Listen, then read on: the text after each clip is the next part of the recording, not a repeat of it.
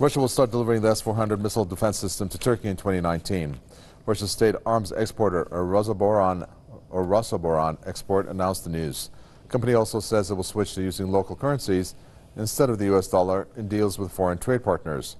The $2 billion acquisition is Turkey's most significant deal with a non-NATO military supplier. Ankaran's decision to buy the advanced system has been criticized by the U.S. and other NATO members. Washington has expressed concern that the development could risk the security of several U.S.-made weapons used by Ankara. The Turkish President Recep Tayyip Erdogan has emphasized that his country is free to buy army equipment based on its defense needs. Gordon Duff, senior editor at Veterans Today, joins us from Ohio. So first of all, why wouldn't Russia sell this defense system earlier than 2019? And secondly, why is the U.S. against this? Does it pose a danger to the U.S.? The big issue in the sale, more or less, is handling the credit. Both Russia and Turkey have economic issues. Russia has been bailed out by the United States. The United States, in manipulating oil markets into really very high numbers. Gasoline prices in the United States are not quite double what they were under President Obama. It's the biggest tax we've ever had in history, are the manipulated oil prices here. And a lot of that money is going to Russia, something that people are ignoring. Well, the issue here with the S-400 is simply paying for it. Turkey's in an economic collapse. The lira, which they're talking about, the Russians are talking about accepting, has been in free fall. It depends on what level how do you accept a currency that can't be stabilized at all?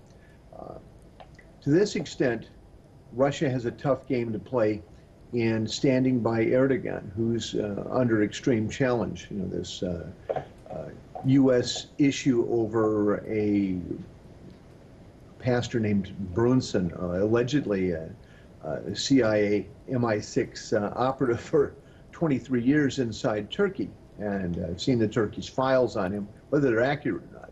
But Turkey has a very strong case against the United States here. So while Turkey stays in NATO and the U.S. wants to prohibit Turkey from buying defensive weapons, the U.S. has just been removing its nuclear arsenal. 80 plus B-61 hydrogen bombs have been flown out of the country over the last few days. The U.S. is still moving against Turkey at every level, trying to humiliate the government, to foster discontent with Erdogan's political enemies inside and outside Turkey. And Russia is trying to play a game to hold its alliance together with Iran and Turkey to get this war against ISIS, Al-Qaeda, and U.S.-backed terrorists to bed in Syria at the same time, and to maintain some kind of stability in the region. And with Erdogan gone, and that's the American role here, is getting him out of the way, Turkey balkanized, and to get a puppet in Ankara. There's very little question about this. This is what the U.S. is up to. And some of the rationale behind this is because without access to Turkish territory, the U.S. cannot move against Iran in any significant way. And Turkey's a domino here. And this S-400 pushes the U.S. back considerably. Gordon Duff, thank you very much.